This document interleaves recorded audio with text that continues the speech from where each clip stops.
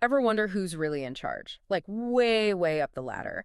Today's deep dive takes us straight to the top, unpacking the Urantia Book's take on how a universe is actually run. Okay, yeah. You've shared sections from paper 33, focusing on the administration of a local universe. Right. And let me tell you, it's more structured than a Fortune 500 company. Wow.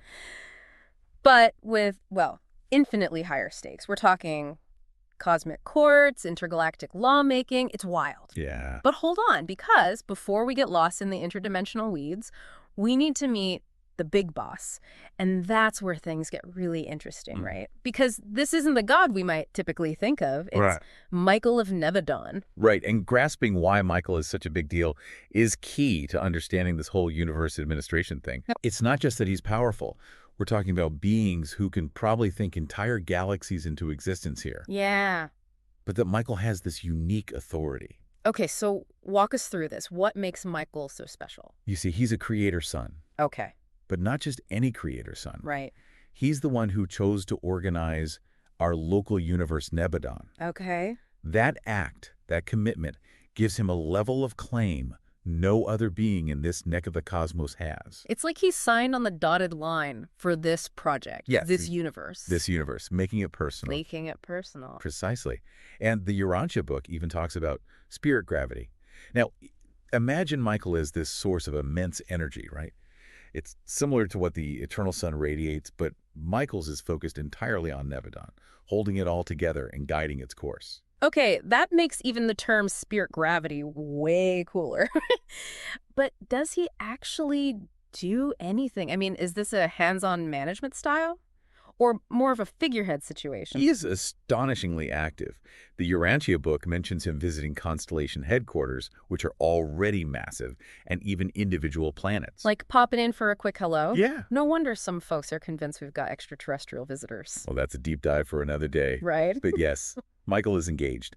And what's really fascinating is that he also travels to Paradise and Uversa for consultations. So even with his level of power, he's still collaborating, seeking advice. Seeking advice, yeah. That's kind of reassuring, you know? It speaks of the interconnectedness of the universe, right? That even at the highest levels, there's this recognition that we're all part of this grand cosmic tapestry. I love that, a cosmic tapestry. But, okay, let's say Michael's off on one of these intergalactic fact-finding missions. Who's keeping the lights on back home? Does everything grind to a halt? Absolutely not. And that's where Gabriel comes in, the ultimate right-hand being the bright morning star. Oh, yeah. Gabriel. Almost forgot about him. He's pretty important, right? Understatement of the millennium. When Michael's away, Gabriel acts as regent of Nebadon, ensuring everything continues without a hitch. So, like the ultimate cosmic temp agency. Right. Need a universe managed? Call Gabriel. He's got this. I suppose you could put it that way. But we're doing Gabriel a disservice with that comparison. His role is far more fascinating than that, and we'll definitely circle back to him later. You've got me hooked. Now, before we get to Gabriel's glamorous life as a cosmic caretaker, we can't forget the other power player in this cosmic drama. The universe mother spirit. Right. Talk about a power couple. Right? Absolutely. And the Urantia book is very deliberate in how their roles are portrayed. Michael, as the creator's son, is the initiating force. Okay. He's the architect, if you will, of our local universe. So he's the one with the grand vision. Precisely. But the universe mother spirit, also known as the divine minister, is the one who takes that vision and breathes life into it. Think of her as the artist, the one who takes those initial plans and creates something truly awe-inspiring. Wow, that's beautiful imagery. But if they're truly partners, who gets the final say? It's never really 50-50 in any power dynamic, is it? It's actually surprisingly clear in the Urantia book. While they are portrayed as equals in almost every sense, Michael, by virtue of being the creator's son, has ultimate authority. Okay, so he outranks her. In a way, yes. But the key here is that they govern Nebadon together. Okay. It's like a family, right? Okay. The parents might have different roles, Yeah. and sometimes one might have the final say, but ultimately they're both working towards the same goal. Raising a happy, Raising a healthy universe. Healthy universe. I like that. Okay, so it's not a dictatorship, but there's definitely a structure here. Structure, yeah. But speaking of structure, let's talk about Gabriel. You hinted at his importance earlier. What makes him more than just Michael's cosmic assistant? Oh, Gabriel's origin story alone sets him apart. Imagine this. Before the universe even had its first star, Michael and the universe, Mother Spirit, create one being together, just one that's Gabriel. Talk about pressure. No pressure, Gabe, just the fate of, oh, everything riding on you. Right, but that gives you an idea of how uniquely capable he is. Yeah. The Urantia book emphasizes Gabriel's understanding of both the spiritual side of things and the material universe. Right. He's got this incredible versatility. Okay, that's cool. But what does he do all day? What does a chief executive of a universe actually put on their to-do list? Well, think about it. Michael is out there big picture stuff, Right. Yeah. Gabriel's the one who makes sure those plans actually happen. Okay. He's got the mind for details, for administration, for execution, on a scale we can barely fathom. So if something goes sideways, a planet throws a cosmic tantrum, who steps in? Gabriel. He is also the Chief Justice, the final word on appeals within the universe. Wow. Plus, he makes sure mandates from the super universe level are implemented. Okay. He's got his finger on the pulse of everything going on in Nebadon. Talk about a multitasker. Oh, right. He makes being a CEO on Earth look like a walk in the park. And this actually gets us to something I find really intriguing, this whole concept of a cosmic legal system. Okay. You shared about the courts mentioned in the Urantia book. Right. And honestly, it's more relatable than you might think. Okay, because when I hear cosmic courts, I'm picturing something out of a fantasy movie. Right. Robes, gavels, the whole shebang. Visually, who knows? Right. But the function resonates. Think about it. Okay. You as a human have legal systems to maintain order, right? It's the same principle on a universal scale. Okay. The high courts on Salvington deal with issues impacting all of Nebadon. So what, like intergalactic trade disputes? Right. Alien custody battles? You know, the Urantia book doesn't get into that level of detail. Okay. But the point is, there are mechanisms for resolving conflict, for ensuring fairness, Okay. even mercy. Mercy. Yeah. I mean, that's not a word that usually comes to mind with legal proceedings. And that's where this gets really interesting. See, the high courts have this system called dual magistracy. Okay. One judge represents perfect judgment, divine law. Okay. The other, they're an ascended, being someone who's actually experienced life as a mortal. Whoa, so they bring actual lived experience to the table? Yes. That's brilliant. It's about bringing balanced perspective. Mm-hmm. Imagine, even in these high-stakes cosmic cases, there's an attempt to understand the nuances of a situation, not just apply rigid rules. I've got to say that gives a whole new meaning to a fair trial. Right. But if there are courts upholding laws, who's making these laws in the first place? Here's where it gets wild. Salvington the Universe.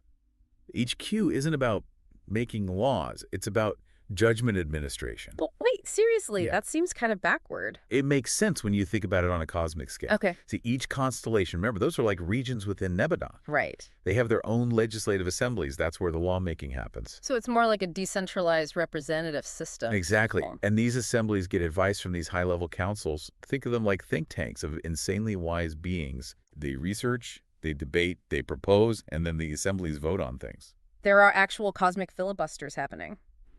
I need details. Well, sadly, we don't get those juicy tidbits. Okay. But I love that you're picturing it, right? Right. Because even on this grand scale, there's a process for change, for adapting to the needs of a constantly evolving universe. So it's elegant, but also flexible, kind of like the universe itself, right? And don't forget, this is all happening on levels of consciousness and energy that we can barely even glimpse from down here. Right. The Urantia book just gives us the framework. The reality is probably far more awe-inspiring. Mind-blowing is more the word I'd use. Yeah. But okay, with all this talk about laws and order, where does free will fit in? The age-old question. Right. And it's one the Urantia book doesn't shy away from. You see, this whole structure isn't about limiting free will. It's about providing a framework within which we can make choices that actually matter. So like boundaries actually enhance our freedom, not restrict it. Think of it like this. You ever tried learning an instrument? Yeah. At first, the rules, the scales, they feel limiting, right? Right. But master those, and you can create anything. Okay, I'm digging this cosmic jazz metaphor. Right. But this brings up something you touched on earlier, planetary quarantines. That doesn't sound very free will friendly. It's not about punishment. It's about containment. Okay. Imagine a planet, or even a whole sector of space, consumed by darkness, by forces going against the universe's best interests. Yeah. Quarantine prevents that negativity from spreading, giving time for healing, for rehabilitation. So less cosmic timeout, more cosmic intervention. Right. But who makes that call? Is that Michael's decision? Actually, that kind of authority goes beyond even a local universe. Okay. Remember those super universe courts we mentioned? Right. They handle matters that big. Right. The intergalactic Supreme Court here to lay down the law. And even then, it's not about some power trip. Okay. The Urantia book emphasizes that this hierarchy, this entire system, it's about the smooth functioning of the cosmos, not about who has the biggest gavel. Right. Balance. It always comes back to balance. Balance, exactly. Which I guess is kind of reassuring. Yeah. But with all this talk about the grand cosmic scale, it's easy to lose sight of ourselves down here. How does any of this actually relate to our lives on Earth? That is the question, isn't it? And the Urantia book offers some surprisingly relevant insights. It's easy to get lost in the cosmic weeds with all this talk about universe administration. Right. But you've got me wondering, what's the takeaway for those of us down here on Earth? Yeah. Does knowing any of this actually change anything? That's the heart of it, isn't it? Yeah. And honestly, the Urantia book suggests that it does. It's about shifting your perspective. Okay. Imagine instead of just feeling like a tiny speck in a vast and indifferent universe, you're a part of this incredible interconnected cosmic family. Okay, I like where this is going. But families can be messy. Yeah. We've got our dramas, our dysfunctions. Sounds familiar, right? Exactly. And the universe, as the Urantia book describes it, is no different. There's structure hierarchy, even the occasional cosmic quarantine. But at its core, it's about growth learning and ultimately unity. Unity, huh? It's a big word, especially when we look at how divided things can feel down here. I hear you. But imagine looking at those divisions not just through the lens of human history, but through a cosmic lens. Okay. Suddenly our problems, even the really big ones, are placed within this much larger context. So it's not about minimizing our problems, but maybe putting them in perspective. Exactly. Yeah. And that's where the hope comes in, you see. Mm. Because even when things feel chaotic, even when entire planets are placed under quarantine, a thought that's both terrifying and awe-inspiring, there's this system, this grand structure operating at levels we can barely comprehend that's working to restore balance to guide us towards a brighter future. Okay, I'm feeling that sense of hope, that cosmic optimism, but practically speaking, how do we tap into that? How should knowing this change how we live our lives? For me, it's about recognizing the power of even small acts of love, compassion, and understanding.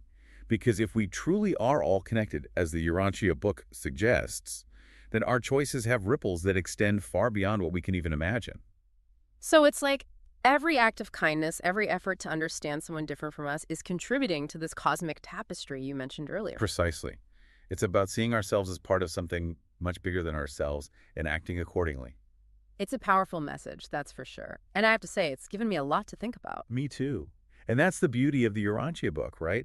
It's not about giving us all the answers, but about encouraging us to keep asking questions, to keep exploring, to keep diving deeper into the mysteries of existence. Which is exactly what we love to do here on The Deep Dive. We've covered so much ground today exploring the intricate workings of a universe according to the Urantia book, from the roles of Michael and the universe mother spirit to the fascinating structure of cosmic courts and legislative assemblies. It's been quite a journey. Yes. But now we want to hear from you.